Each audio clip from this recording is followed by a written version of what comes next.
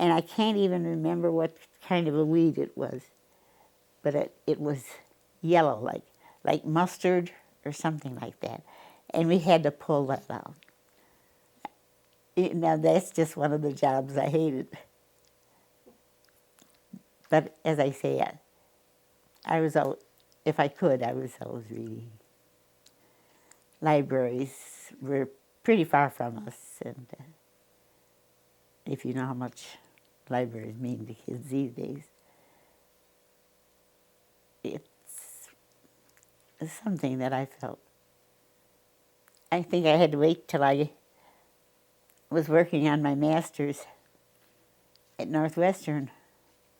I had made a list of all the classics that I hadn't read, and I spent the whole year before I took my finals reading up on classics.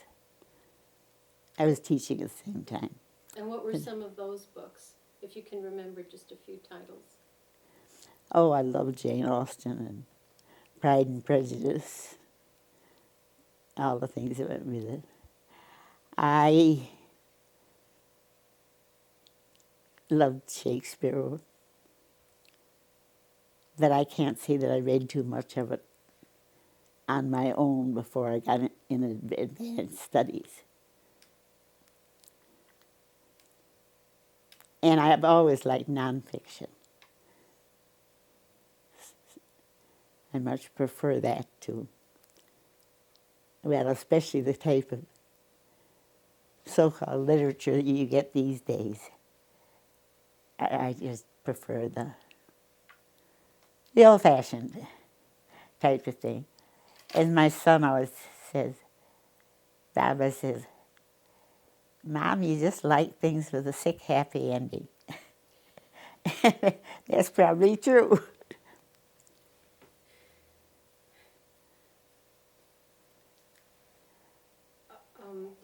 Did you ever read any of the Greek classics, Ulysses, or? Yeah, but don't ask me anything about them. I had a most interesting teacher in Wheaton. She must have been in her 70s, although I'm not a very good judge of age. But she would quote from some of these Shakespeare, different ones, and she'd pick out things that were, and you know you can do it with Shakespeare. There's almost anything to prove a point. And then she'd sniff.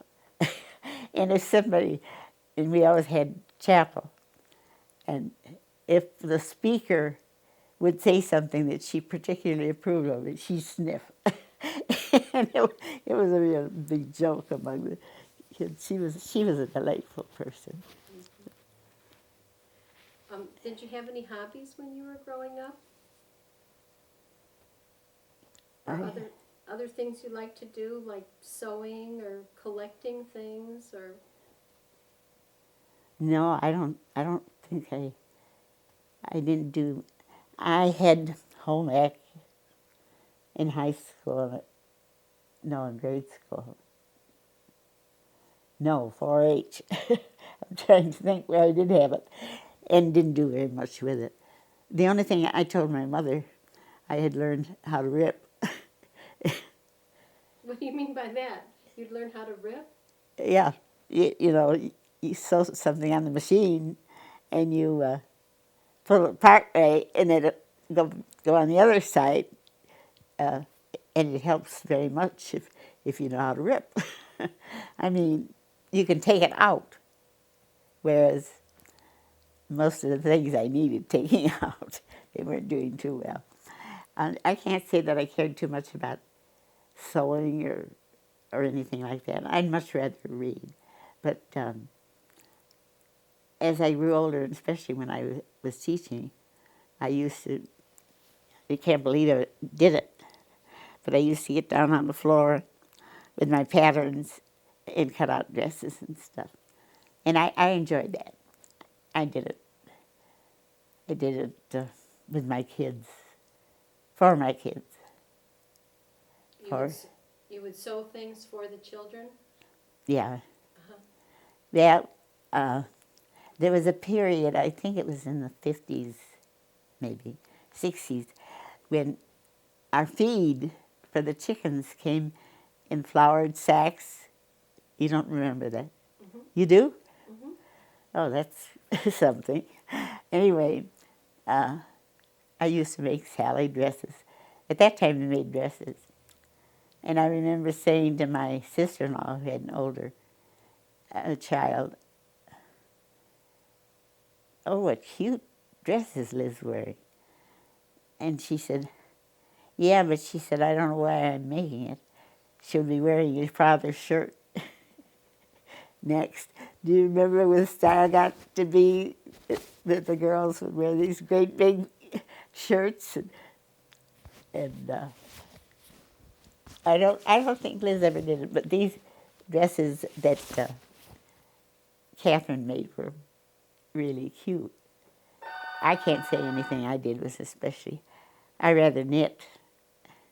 I learned to knit during World War II, and I still like to, but I don't do much of anything now. Mm-hmm. What kinds of things would you knit? I mean, what got you started knitting during World War II? Well, I would say during the war I thought I was real smart because nobody else would do it. And I had a pattern, and I knitted gloves for the guys in the service, and I think they must have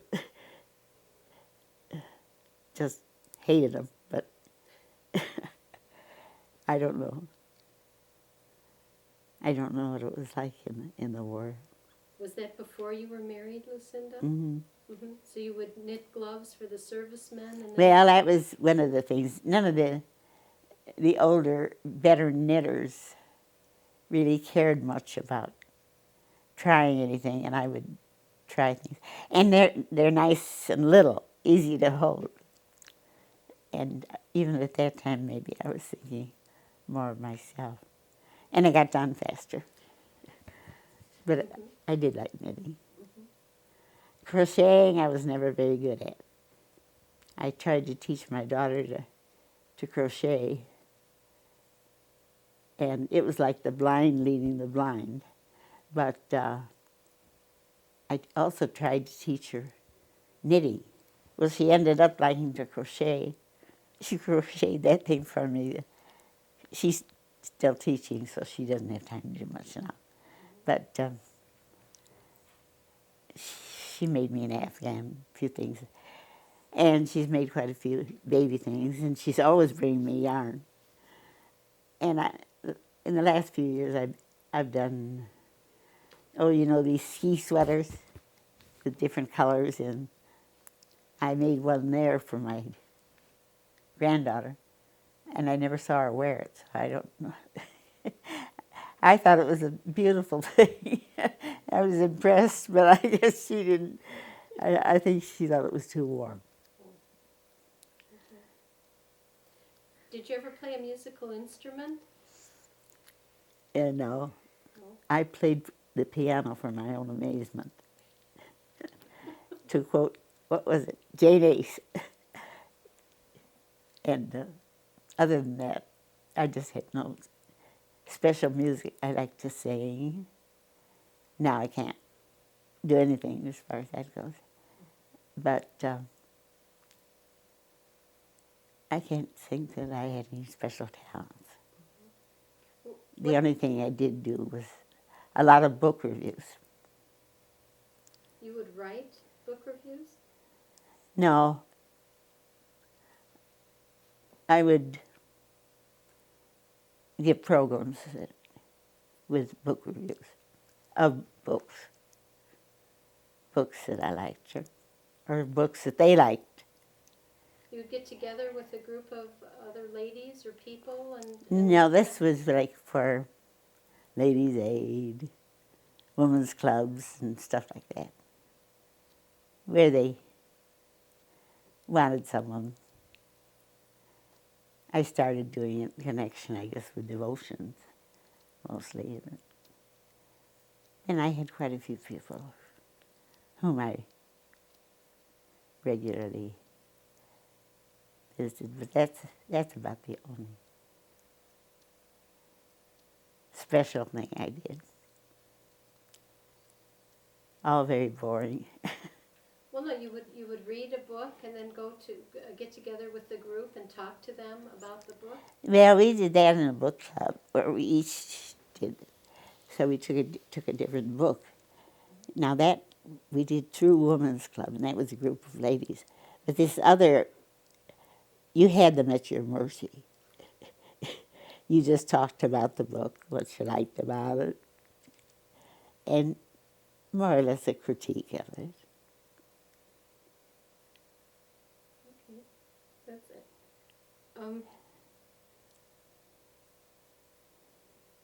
Did you have any pets when you were growing up? Oh, we always had dogs, and they were always getting killed on the road. And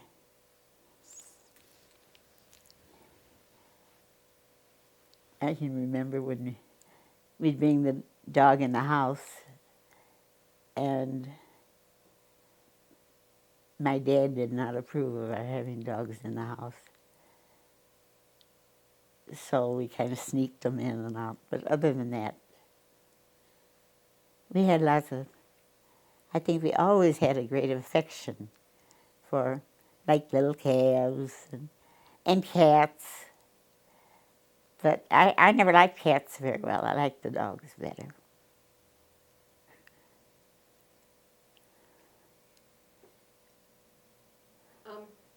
What kinds of special things would your family do on weekends or in the evenings? Well, in case you don't know it, a weekend is pretty much like any other day as far as a dairy is concerned. They don't know it's Sunday, so you have to do all these things that need to be done. And I would say mostly we went to visit relatives. My grandmother lived 10 miles away. We used to go there. And I guess you would say some of the happiest times we spent were maybe in her attic or in the backyard playing ball with the other cousins, but because most of them came once in a while. Now, which grandmother was that? Well, I had two Muirhead cousins. I had two Beith cousins. And the suitors were on my Uncle Will Beith's wife's family. And they lived there, so they were always there. So there was always a pretty good crowd. We could have a ball game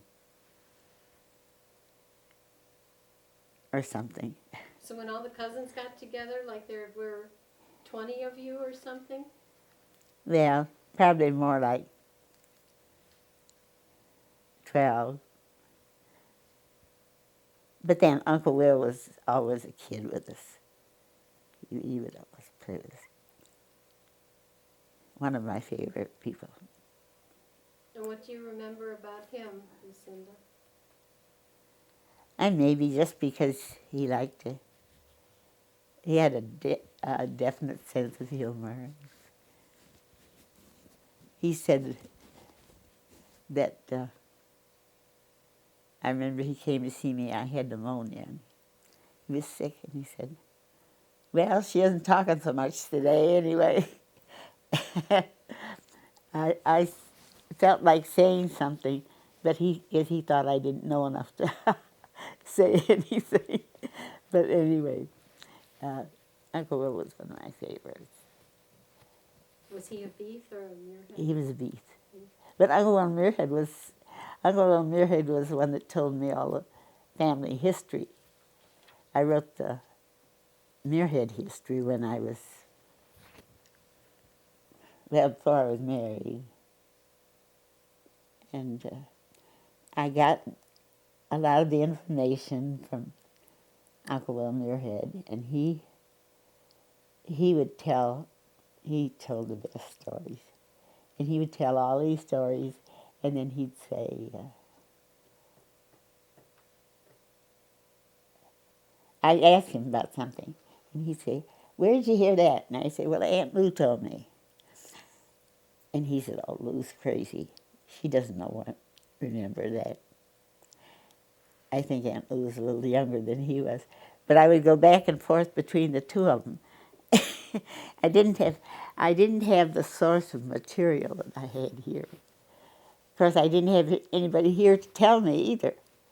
When I worked on Campton history, I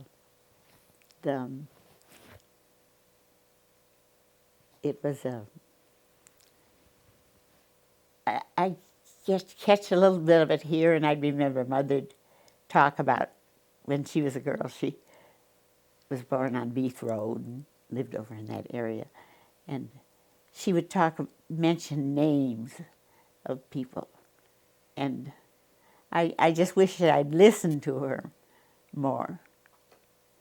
But I guess the only reason I started working on the Campton history was because I had found a lot of material that sort of pertained to the township. I don't know if have you read the Campton history?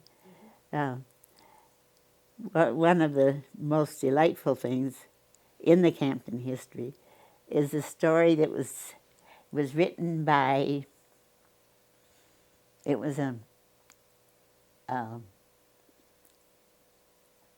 local story written by, can't think of his name. He was a Garfield. Franklin Green, perhaps? Hmm? Franklin Green, Garfield? No, this was back in those days. I had the clipping that Addie had kept, and so I put it in there. But it told about a Campton Township meeting that was held in Lake's Barn.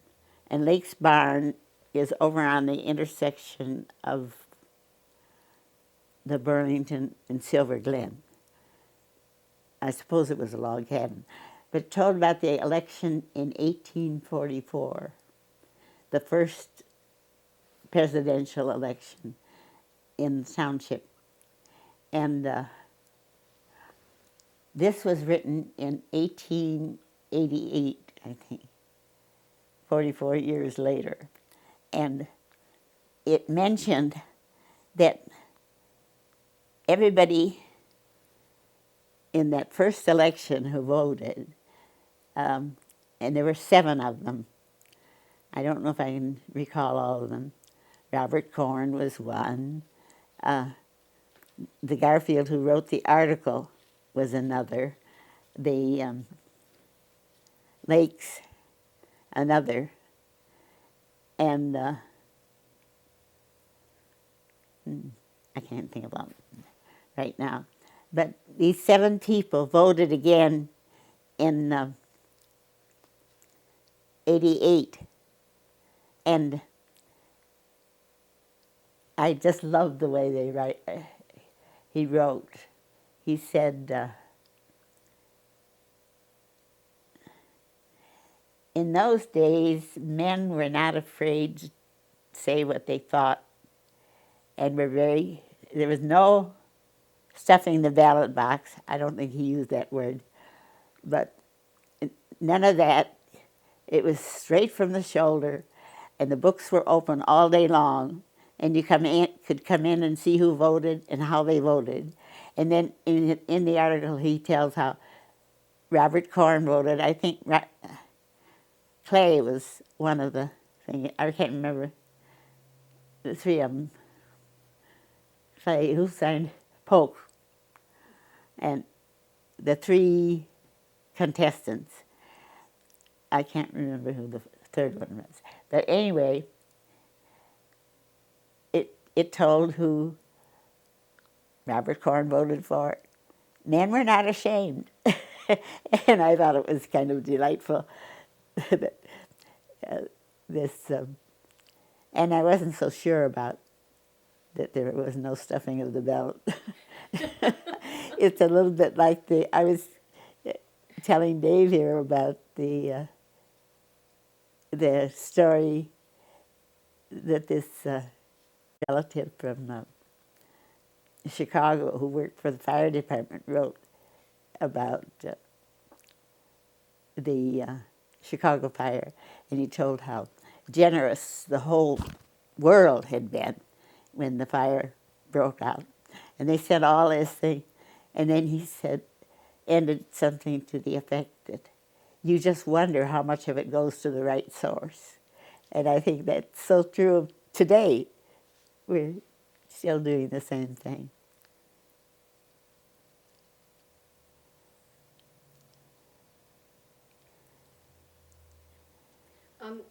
Did your family belong to a particular church congregation, Lucinda? Methodist. Methodist? And where did they go to church? In Plato? In Plato. And what was the name of the church? Plato Methodist Church, but now that has gone in with an Elgin group. I don't think there are many Plato people left in it. It's the Cornerstone Church. They just built a new church on Russell Road in Plato.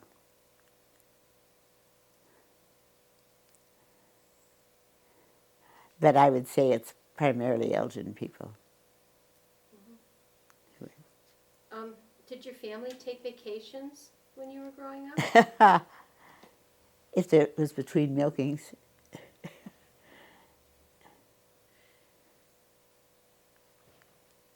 I would imagine it was very difficult to get away from a dairy farm. It is. Yeah. Well, Bob and I had a wonderful trip to Europe.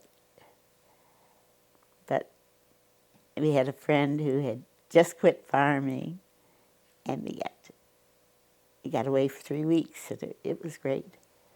But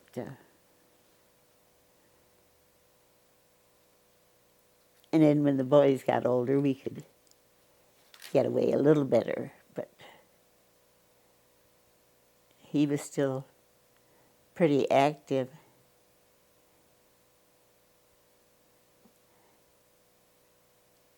Now, what year did you and your husband take a trip to Europe? 66. Uh-huh. That was 1966. Yep.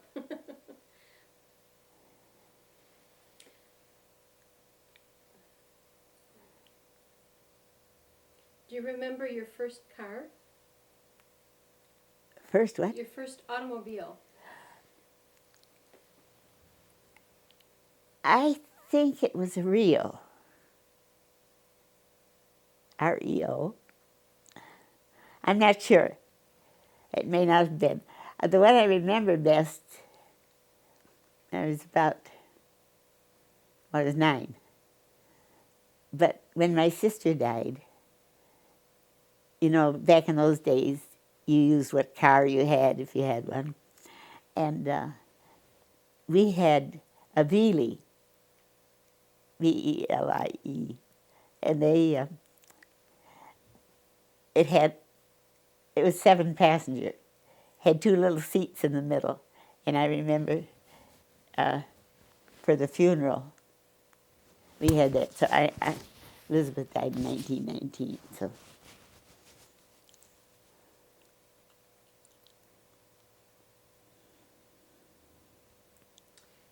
And you were telling Dave and I some instances of traveling before you had automobiles, or maybe you had one, but alternate modes of transportation that were like older. Well, the best transportation we had, I guess, was with a buggy, and it was usually my mother driving.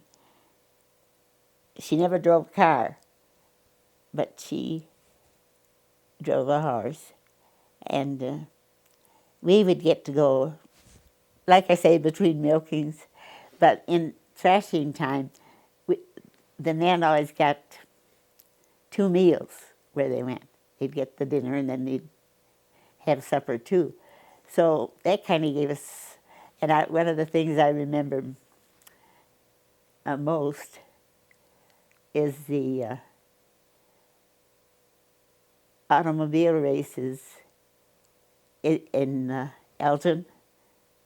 They had, you know where Larkin High School is, and I think they start, I don't know which way they started, but they went down McLean Boulevard to Highland Avenue, came west on Highland Avenue to, I don't remember the road that goes across to Edina, but they came into Edina, if you know where Edina is, and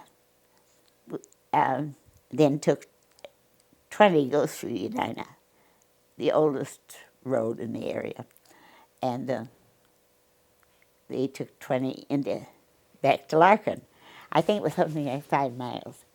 That was in 1923. And I remember my mother taking us kids to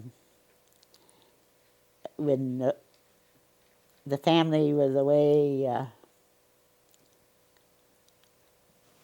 the older ones were away thrashing, but we went to the Edina schoolhouse, not the Edina schoolhouse, the East Edina schoolhouse, where it's still Nestler Road, you know, where Nestler Road comes into 20.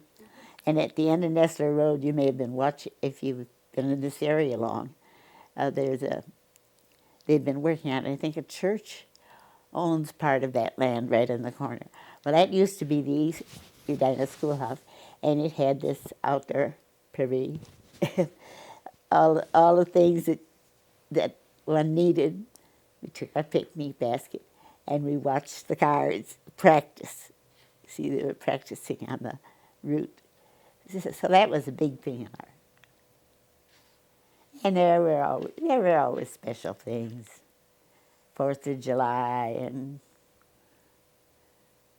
How did you celebrate the 4th of July? Pardon? How would you celebrate the 4th of July? Oh, with firecrackers, if we could afford them. Somebody always had something. And we always had big picnics. Mm-hmm.